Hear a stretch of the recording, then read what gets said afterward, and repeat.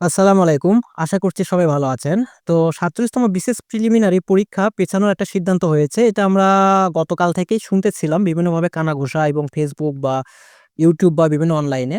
তো যাই হোক এটা হয়তোবা সত্যতেই পরিণত হইতেছে শেষ পর্যন্ত। মানে একটা সত্যি হিসেবে এটা পরিণত হতে যাচ্ছে। তো কিছুদিন আগেও আমরা একটা ডেট পেয়েছিলাম। সেটা হচ্ছে আপনার জুন মাসের ২৭ তারিখ রোজ শুক্রবার প্রিলিমিনারি ৪৭তম বিসিএস প্রিলিমিনারি পরীক্ষার ডেটটি আমাদেরকে শিওর করে জানিয়ে দেয়া হয়। সে এখন কথা হচ্ছে যে আমাদের পিএইচসির যে সকল স্যারেরা বা কর্মকর্তারা রয়েছেন, তারা হয়তোবা বিশেষ কিছু কারণে বা সেটা তারা নিজেরাই ভালো জানেন। কোন একটা কারণে তারা হয়তোবা পরীক্ষাটা পেছানোর সিদ্ধান্ত নিয়েছেন বা নিচ্ছেন। তো এখন অনেকে আবার ভাবতেছেন ভাই এটা তো যেহেতু সিদ্ধান্ত এটা কি আদৌ পেছাবে? তো হ্যাঁ, এটা সত্য কথা যে এটা পেছাতে মানে যেহেতু সিদ্ধান্ত সেহেতু আমরা কিছু বলতে পারি না। তবে হ্যাঁ, আমার দিক থেকে যদি বলেন তাহলে আমি মোটামুটি সিওর যে পরীক্ষাটা পেছাবে। এটা মোটামুটি আপনারা সিওর থাকেন। 100% সিওর দিয়ে বলতেছি। 100% না আপনারা 99% সিওর হন আরকি। মানে 100% বলে কোনো কথা হয় না। তো আমি বলতেছি পেছাবে। মানে আমার ধারণা আমি মোটামুটি সিউর যে এটা পেছাবে। ঠিক আছে?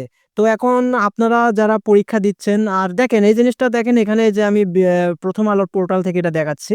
তো এখানে অনেক কথাই লিখেছে। এখানে যে ২৭ জুনে পরীক্ষা হওয়ার কথা ছিল। আজ বৃহস্পতিবার সন্ধ্যার মানে এই যে যাই হোক এগুলো অনেক কথাই এখানে লেখা রয়েছে। তো আমি এগুলো আর পড়লাম না। আপনারা একটা কাজ করবেন।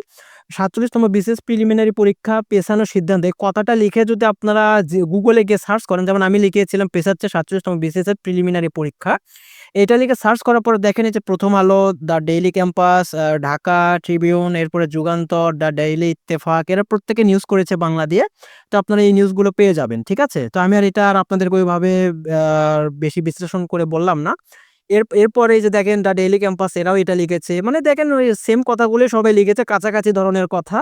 আ তো আমি আর এগুলো পড়লাম না, আপনারা দেখে নিয়েন। ঠিক আছে? আমি জাস্ট আপনাদেরকে প্রমাণস্বরূপ বোঝাচ্ছি যে আসলে দেখেন ৪৭তম বিসিএস প্রিলিমিনারি পরীক্ষাটা কিন্তু পেছাবে। মানে অলরেডি পেছানো হবে। তো আপনারা যারা পরীক্ষা দিচ্ছেন, বিসিএস পরীক্ষাটা দিবেন, বিশেষ করে যারা ১ম বার দিবেন, আলহামদুলিল্লাহ তারা অন্ততপক্ষে ১ মাস, অন্তত ১ মাস হাতে অতিরিক্ত সময় পাইতেছেন।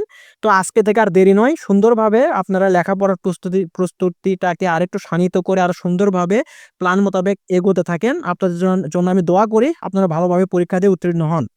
আর আরেকটা কথা আমি ব্যা মার্চ মাসের ৭ তারিখের দিকে একটা ভিডিও আপলোড করেছিলাম। আলহামদুলিল্লাহ আপনারা বেশ ভালো সাড়া দিয়েছেন। প্রায় ২,৩৮০ জনের মতন মানুষ আপনারা দেখেছেন ভিডিওটা।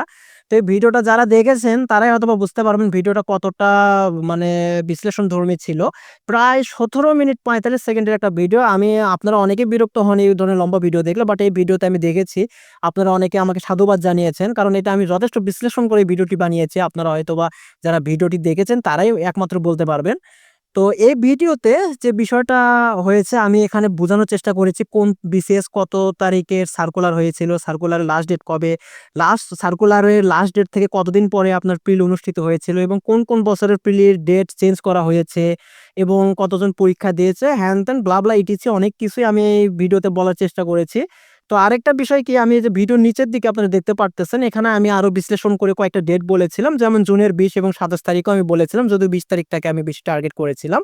বাট ২৭ তারিখের ডেটটা দিয়ে দিয়েছিল বা অলরেডি এখনো এটা বহাল আছে যেহেতু এখনো চেঞ্জ করে নাই। জাস্ট সিদ্ধান্ত হয়েছে। আর জুলাই মাসের ক্ষেত্রে আমি ১৮ তারিখটাকে বেশি ইম্পোর্টেন্ট বলেছিলাম। অগাস্ট মাসের ক্ষেত্রে আমি ৮ তারিখ এবং ২২ তারিখটাকে ইম্পোর্টেন্ট ধরেছিলাম। যদিও ১ এবং ১৫ তারিখ শুক্রবার এই ২ টা তারিখে হওয়ার সম্ভাবনা খুবই কম। তবে এখনকার হিসেবে এখন বর্তমান হিসেবে পরীক্ষা অগাস্ট মাসের কথা বলা হলেও জুলাই মাসেও কিন্তু হইতে পারে। সেক্ষেত্রে জুলাইয়ের ১৮ এবং ২৫ তারিখ। এখন আমার দিক দেখেন ভাই আমি এটা আপনাদেরকে আমল করতে বলতেছি না। আমার এটাকে বিশ্বাস করতে বলতেছি না।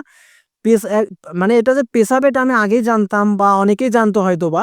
কারণ কেন বললাম আগেই জানতাম, আমি কিন্তু আরেকটা ভিডিও বানিয়েছি ২৭ তারিখের নোটিশটা দেওয়ার পরে মানে ২৭ জুনের নোটিশটা দেওয়ার পরে আমি আরেকটা ভিডিও বানিয়েছিলাম। সেখানেও কিন্তু বলেছিলাম যে পরীক্ষা পেছাতে পারে। আমি কিন্তু ওখানেও বলেছিলাম। সেইজন্যই কথাটা উল্লেখ করলাম। তো যাই হোক জুলাই মাসের হয়তোবা ১৮ বা ২৫ তারিখ এই ক্ষেত্রে এখন আমার মনে হচ্ছে ২৫ তারিখেও হতে পারে জুলাইয়ের অথবা অগাস্টের ৮ তারিখটাকে আমার বেশি ইম্পোর্টেন্ট মনে হচ্ছে। ৮ তারিখে হয়তোবা হতে পারে। আবার ১ তারিখ বা ১৫ তারিখ বা ২২ তারিখেও হতে পারে। এক্ষেত্রে আমি অগাস্টের ৮ তারিখটাকে বেশি ইম্পোর্টেন্ট দিলাম। মানে বেশি মানে জোর আরোপ গুরুত্ব আরোপ করলাম। তো যাই হোক ভাইয়া মোটামুটি এই ভিডিওটা আপনারা চাইলে দেখতে পারেন। আমার চ্যানেলে দেয়াই রয়েছে। আপনারা দেখতে পারেন অথবা এই লিঙ্কটিও আমি আমার যে ভিডিওটা আপনারা এখন দেখতেছেন এই ভিডিওর ডেসক্রিপশন বক্সে এই যে ভিডিওটা আপনারা স্ক্রিনে দেখতেছেন এটার লিঙ্ক দেয়া থাকবে। আপনারা দেখে নিতে পারবেন। কোনো সমস্যা নেই। তো ঠিক আছে ভাইয়া অলরেডি ৫ মিনিট হয়ে যাচ্ছে। আজকের মতন এ পর্যন্তই।